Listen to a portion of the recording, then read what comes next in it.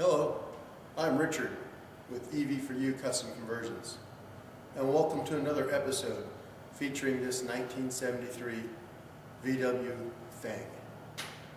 And we're going to give you a little update of what we've done since you last saw us in our last episode.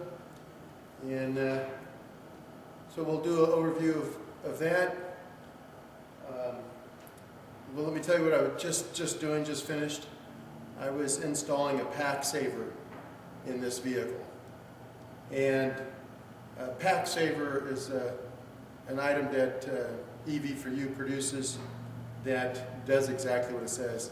It's designed to preserve your pack from over discharge due to leaving the ignition on. And we've got several things that we put on them that should remind you that your ignition's on.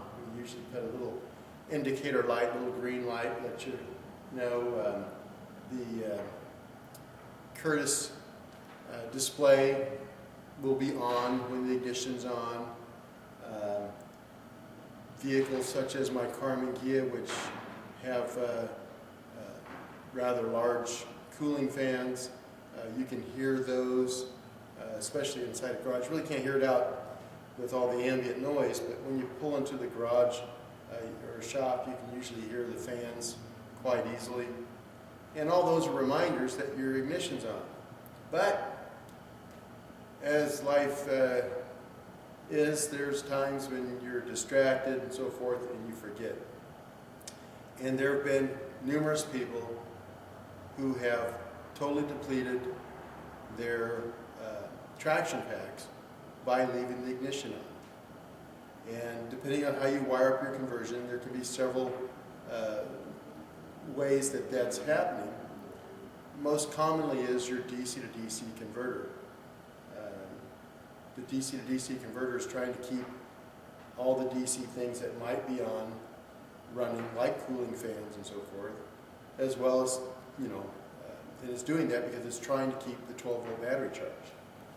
And so, it may take a week, but, there is that possibility. And this little pack saver simply turns off the ignition if you forget to, and thus removing that potential from the equation. So it's cheap insurance. But let's look at what we've done since our last episode. Well, in the rear, you can see we connected our throttle. There's our throttle cable. We have a secondary spring. We always have two springs on our throttles.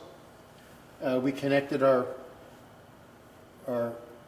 power cables. So this is the most positive coming in from our pack, going to our main contactor. This is the negative coming in, most negative from our pack, to our shunt. And then on the wrong side of the shunt here, I can see they have the line that goes forward to our charger. So I'm going to have to switch this around. This should go on this side of the shunt, but this is the line that runs forward and provides the connection to our pack from our charger, and also provides the negative for our DC to DC converter, which is up front also. So let's go up front and take a look at what's up there. Kind of see, maybe, that I switch these things around, because remember, this is our negative here coming from the pack. So any energy that's consumed needs to go through our shunt. So it goes through the shunt and to our controller. And anything else that comes off that, like the DC to DC converter, comes off this line down here on this side of the shunt. Also, this is where our charger comes in. So when it's charging, that energy goes through the shunt and to the pack, so that we keep track of all the energy in and out of that pack using that shunt. And so we had to have this line on this side of the shunt. If we didn't, energy put back into the pack would go directly to the pack without going through the shunt first, as well as any energy coming out being consumed by the DC to DC converter, and any, the heater, anything else we have hooked up would not show on our JLD 404, because it would be coming directly from the pack and not going through the shunt first. Here we can see the battery racks being installed. They're not completely bolted in yet, but getting there. They just have the ABS lids just laying on right now. There will be a couple pieces of metal that go across that will bolt down and keep everything in place. It's designed to withstand a rollover. And then once the owner gets the vehicle back, he can put a tonneau cover over all this if he so chooses, and you'll never see that again. And of course, the seats come up and hide this too a little bit. So, but anyway, that work is just about complete. We're continuing to bottom balance the cells, and that will be finished shortly. So down here beside the driver's seat is the emergency disconnect, which we include on all of the DC conversions, because a DC conversion can fail in the wide open throttle scenario. And so this allows the ability, that's the normally on position, for the driver to shut it down. And that's just one of the ways that the system can be shut down. That's kind of a last resort, just before throwing in the clutch would be, which is the ultimate disconnect. And so this still has to have the cover put on it and the labeling, but it's just this between the side of the car and the seat in an area that won't be disturbed but can be easily reached from the driver, by the driver. So here's the view under the bonnet. As we mentioned before, the filler is in the upper left-hand corner of your screen there, where the original gas filler was. That's where the charge port is. The left-hand corner there's our charger, which we'll plug in up here. And then in the front here is the auxiliary battery and a few other components. So down in the well right here we have the auxiliary battery, and then we have a junction box which contains our safety interlock, and that's also where we're plugging in the charger where it receives its AC. And then there's also a little trickle charger plugged in there. You see it there. So anytime the vehicle's traction pack is being recharged, the auxiliary battery is being charged. And then of course here's the DC to DC converter. So whenever the ignition's on, that is charging the auxiliary battery. Also, that auxiliary battery is always charged and ready to do its job. Then we have right here a little inertia switch. That's to disable the vehicle in case of an emergency. The safety interlock, that disables the vehicle while the vehicle is being charged. And so the other thing I was going to show you while we're under here is some split loom. And we'll talk about that right now. We use quite a bit of split loom and wire ties because they clean things up and make things neat and organized, and keep things from being in the way or snagged on something. So we'll just take a little closer look.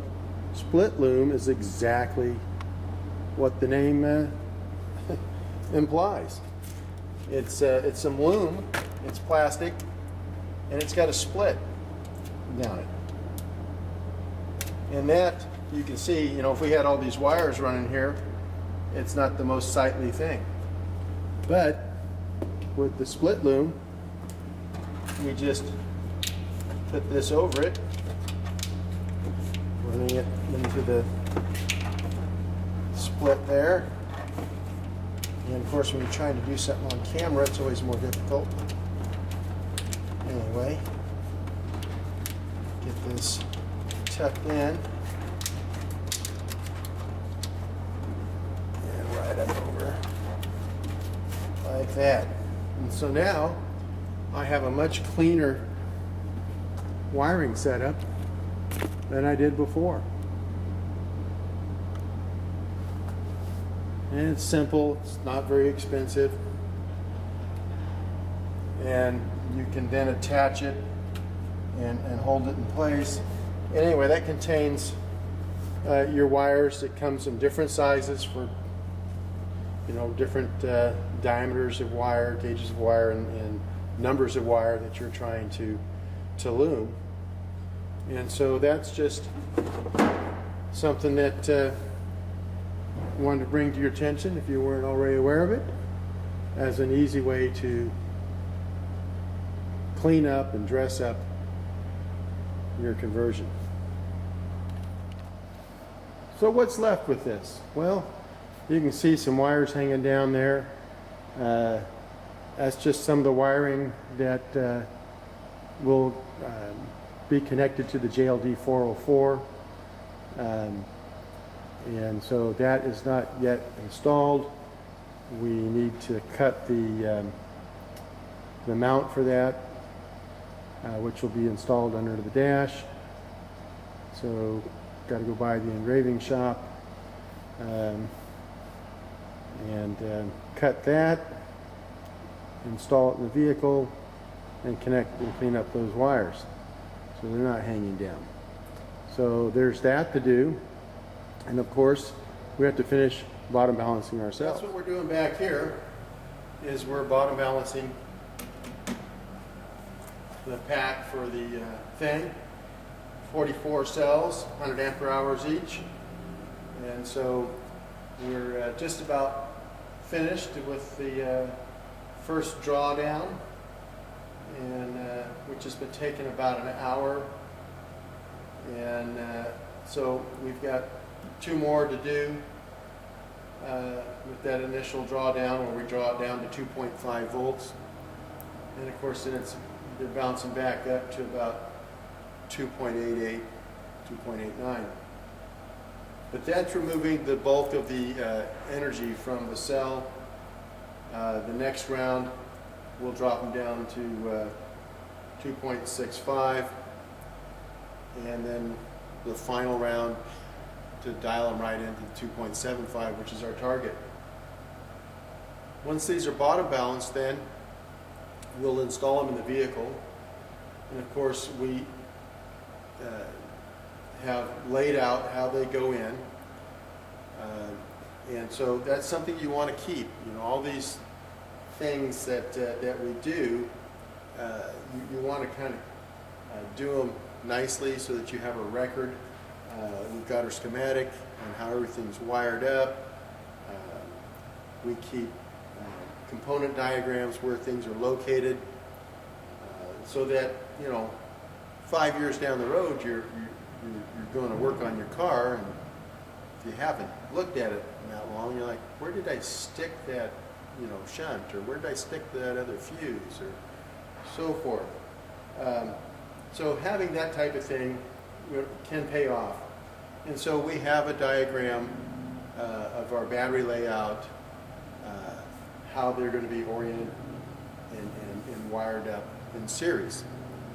And so once those are installed and the interconnects are wired up, then we will plug in our charger and charge this pack up. And it will be charged in series so that each cell will have the same amount of energy, and we have a nice balanced pack. At that point, we'll do our testing and take it for a test drive. And all of that we'll show you in our concluding episode, the next episode, featuring this 1973 VW thing.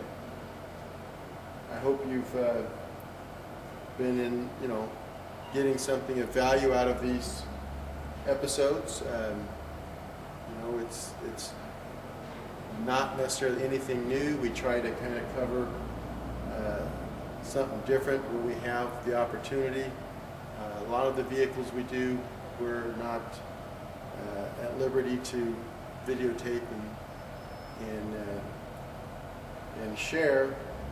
And so when we do have the opportunity, we try to cover some things that we might not have covered in the past. But it's not that complicated.